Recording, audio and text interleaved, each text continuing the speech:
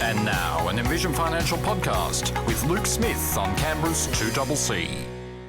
Yes, it's time to talk dirty. Well, you know, they say it's not polite to talk about money or politics or religion, don't they? Luke Smith from Envision Financial, it's never impolite to talk money, is it? Mate, it's Friday afternoon. Let's just have a run at, offending everybody. Why not? It's not hard these days, so, Absolutely. Well, you look like you've had a busy week. Yeah, look, it's been interesting. I had a couple of experiences this week that were, every now and then you wonder why you do what you do. And I had a lady in this week who'd been separated and said, oh, look, I'm going to work until I'm 70 something, and that's probably when I can pay the house off. But she actually didn't understand the condition of release rules, and it confused age pension for superannuation. And when I said that she could take the money out of super tomorrow without retiring from the workforce, she nearly burst into tears. And I said, well, take an extra $2,000 out just to cover the lunch you're going to need to celebrate. And she was pro the big lunch. Then we had a plan for somebody in Queensland. I met a single guy in Queensland on the Gold Coast who's, says to me, Lukey, where can I put my cash so I don't spend it on things that aren't positive? I said, well, you are on the Gold Coast. So, we knocked that over, and then I had a couple, crushing it on the property front. And it was actually very humbling because they were quoting out of the book to confirm their understanding of things, which was very humbling and great that somebody's been able to use the book to confirm their understanding of some strategies, and then, spend an hour on Zoom covering off how they can use that to their advantage. So, look, it's been a lovely week.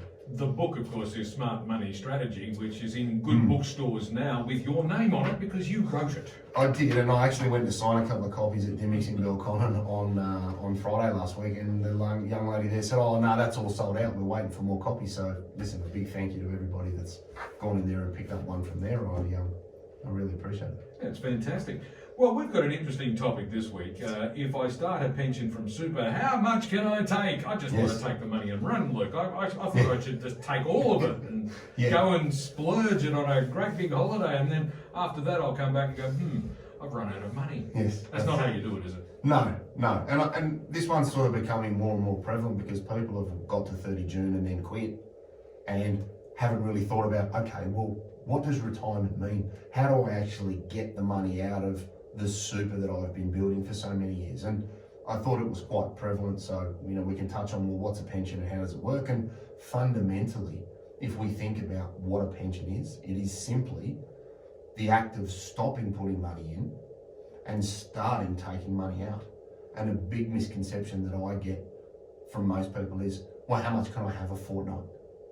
The word pension does not mean fortnight. No. And of course, a lot of people get that idea from the government pension. Exactly. Which is not what we're talking about. We're talking about the pension that can be started from your superannuation funds, and that can be paid, as you've told me many times before, in whatever frequency you choose. Exactly. And you're exactly right. People confuse settling payments, and also, the ACT is synonymous for defined benefits, which are paid as a wage on a fortnightly basis, and the assumption is that a pension is something that you get on a regular basis. That is one way of doing it. You could also take an annual pension payment right out of the gates and spend that on a new car and some new shoes and a holiday and whatever else you want to take out. So it's important that people understand that a pension is simply the act of taking money out of superannuation because you've reached age 65 or you've met a condition of release, i.e. you put your hand up and say, I've retired. That way you can gain access to your superannuation. I would also say that the act of starting a pension does not preclude you from going back to work. So that's something that people can keep in mind. And when we start an income stream, the two key income streams that we see more often than not, one is an account-based pension. That says I'm 65 or I've retired over my Commonwealth preservation age. I've put my hand up and written to my fund and said, hey, Mr. Fund, I'm finished. And that opens up the super doors. Now, if you start a pension in that scenario, you have the ability to go back to work should you wish and add to superannuation. What you can also do, as we've touched on in previous shows, is use the transition to retirement legislation. And that might be that you quite enjoy your job, you just don't fancy working every Friday, and you'd like to supplement what you lose getting 4 days a week income instead of 5, you can take some money out of superannuation with some slightly different parameters.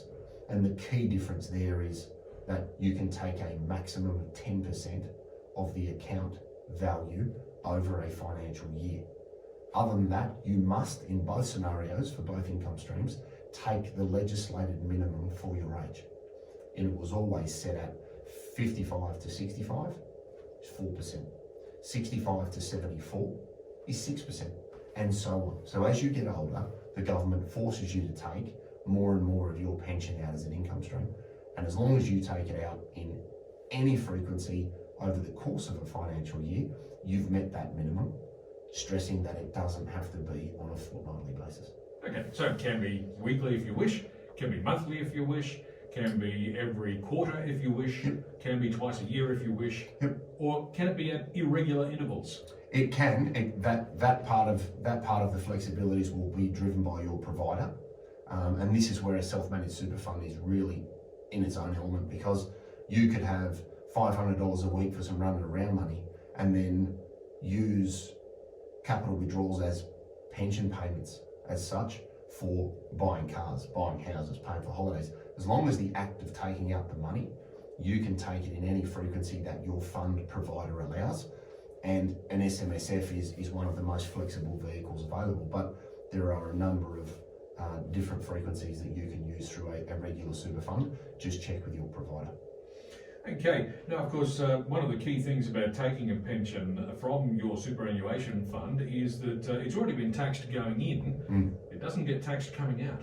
No, it doesn't. So provided you're over 60, everything that comes out is tax-free. And there are two sides to this that I stress people think about. One, I'm over 60, I'm taking a pension, everything's tax-free. Great. So that means that anything comes out over 60, no matter what happens, it's tax-free. No. And this is now where, you've confused me. and this is where we just draw a line, and there's a difference between what comes out to the owner of the money, over 60 tax-free. If that person dies and the money in that super fund is paid out to non-dependent children, okay, it's taxed at 17% on the taxable component. And without getting too caught in the weeds on a Friday arvo, this has been a long week, a taxable component of your super is any money that has gone into your fund that is a taxed source. So, superannuation guarantee payments from work, salary sacrifice, personal deductible contributions, and earnings of your fund. That makes up your taxable component. So one strategy that I get people to think about is look at your components, and your fund will always provide you with your taxable and tax-free mix. Look at a potential recontribution strategy to lower the taxable portion of your fund, because your kids will thank you if you get hit by the proverbial bus unexpectedly. So it's important that people understand the two tranches of that, but I find that they leap to, oh, it's tax-free no matter what. Well, no, not necessarily. Well, yeah, but it's tax-free for you. Correct. Well, That's as long as exactly you're still, as long as you're still around and kicking. Yes. And obviously, when we're talking about non-dependent children, generally that's adult children. Correct. Although I suppose it's possible they might be under 18 and still not dependent. That's can happen. General rule is over 18 or up to 25 and studying full-time at home. Right. There's your distinction of dependent, and anything after that falls in that non-dependent bucket, and there are tax considerations. But I raise that at the time of starting a pension, because if you get the underlying components right when you start your income stream, they are locked very favourably for the remainder of your natural life, which is a very, very good thing that mums and dads start to think about. And especially when you think that over 75 you can't add to super, you've got a window to get that right, taking into account the contribution thresholds that are in place in relation to putting money into your fund. So a pension is a very flexible structure. The other key benefit of starting a pension is that there is no capital gains tax within the pension itself. So if you've held Commonwealth Bank shares since they were $4, and you're thinking about realising a few to buy a new car in a place down the coast, you want to be selling those assets in pension phase because you pay no capital gains tax on the underlying assets. So a pension is a very, very flexible way to hold your assets, to draw your income, and to transfer assets to the next generation. So in that case, I'm assuming you're talking about if you're holding those shares, the superannuation fund is actually holding the shares, not you personally. Yeah. That's right. And starting a pension is simply that act of stopping money going into super or stop making contributions and taking money out. The underlying investments that you accrue over your working life do not change. You do not need to sell them down and cash them out. I had a gentleman come in last week and say, I'm going to redeem everything in my super fund and then put it in the bank and then I'll live off that. Because he thought the act of retirement meant he had to pull everything out of super, much to his surprise. Absolutely. And the other thing, of course, about going into the pension phase, you said that you can actually, if you choose, go back to work again after you've done that. Yes. But if you're going back to work again, where do you pay your superannuation payments? So, great question. When you start an income stream, one of the rules of a pension is that you cannot add to its capital value without stopping the income stream. So, yes, you can stop it and start it, but there's a plethora of paperwork that makes things a little bit of a nuisance. What you can do is, let's say you had $1 million and I'm going to retire and I start a pension, but I think I might do a bit of contracting work in the future. I might get an opportunity later on to do something else. What you can do is say, all right, I'll take $999,990, start a pension with that, and leave a tiny amount of money in the super side of your account. So we started a pension with 99% of your money, and we've left a little bit in that super fund. So effectively, you've split your super fund into two different components. That's exactly right. You can also just start another account completely fresh.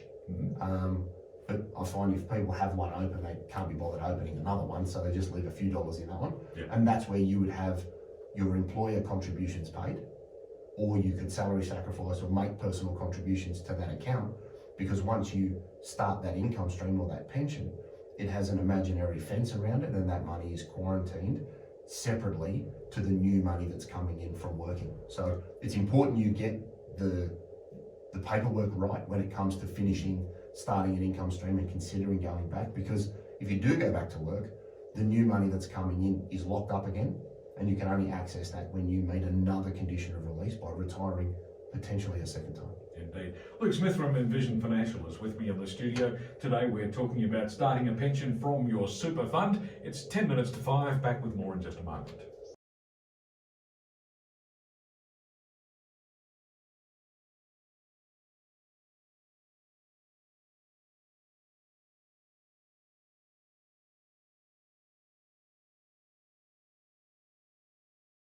Seven minutes to 5 on a Friday afternoon, which means Luke Smith from Envision Financial is with me in the studio today. We're talking about how do I start a pension from my super account and how much can I take? So Luke, it's time to ask about what are the key things to remember when it comes to starting a pension from your super? Yeah, so firstly, as we said before the advert, starting a pension is just the act of taking money out, and it can be done in any frequency. You must take the legislated minimum, which depending on your age could be 4, 5, 6, 7%. Where you start an account-based pension, which says that you're 65 or you have retired from the workforce, there is no maximum. So you can go as hard as you like. You can make lump sum withdrawals in addition to your pension. You have full access, provided you're over 60, there's absolutely no tax. If you start a transition to retirement pension, you still have to adhere to the legislated minimum, but the maximum over a financial year is 10% of the balance. So keep that in mind. If you're going to sell assets, sell them in retirement when you've started a pension, because it is a capital gains tax-free asset. You also pay no earnings tax on a pension that is an account-based pension. That is not the case with transition, because that is taxed like normal super. It was tax-free, and then the government went, no, this is too good.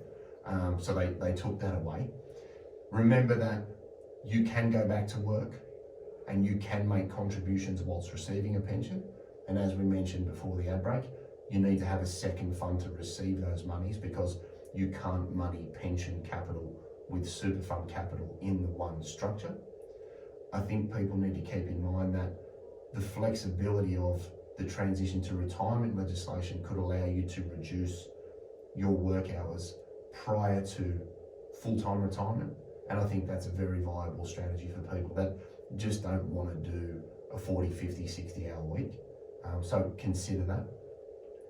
You can also remain in the workforce and take tax-free money out of superannuation where you're 65 years and older without starting a pension. So keep that one in mind as well, just for a little curveball, because I hate seeing people actively trying to pay down a mortgage using wages when they're over 65 and still working and didn't realise that they could take their money out and they don't have to quit their job.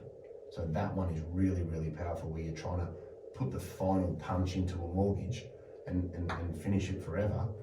Keep that one in mind. So pensions are very flexible, they've got a lot of control, you've got a lot of control over the frequency, they're very tax effective, and it is simply the act of taking money out to fund the way you want to live in retirement. And of course, as always, make sure you've got your paperwork right. Oh, 100%. You need to make sure that you've told the fund you've quit, so that if you do decide to go back, you still have access to the accumulated money that starts the pension. And then if you do return to the workforce, you can still have an income stream, work and make contributions all at the same time. But you must notify the fund when you do things, and there are certain time hurdles that need to apply. So don't assume that it's just a free-for-all. Get your paperwork right. So cross your I's and dot your T's. There you go. Love Something like that. Something like that. So Luke, where can listeners get more information? Yeah, office number 6260-4749. We've got envisionfinancial.com.au on the internet. We've got the podcast, The Strategy Stacker. Luke Talks Money on iTunes and Spotify. We've got the Strategy Stacker handle on the Tiki-Toker. And it's all in Smart Money Strategy, your ultimate guide to financial planning, in all good bookstores, except it's sold out at Dimmicks at the moment in .com. So well, what you can do though when you go into a bookstore is you can say, I want to place this book on order. When you get it in, call me. Yes. When I asked the girl if she had any and she said no, would you like to order one? I said, oh, it's okay, I know a bloke. And she was a good sport about it. So they were very nice in there. Fantastic. Smart Money Strategy, your ultimate guide to financial planning. Luke, thanks very much for popping by once again, and we'll catch up with you again at the same time next week. See you next Friday. Luke Smith from Envision Financial back in the studio once again at the same time next week on 2CC.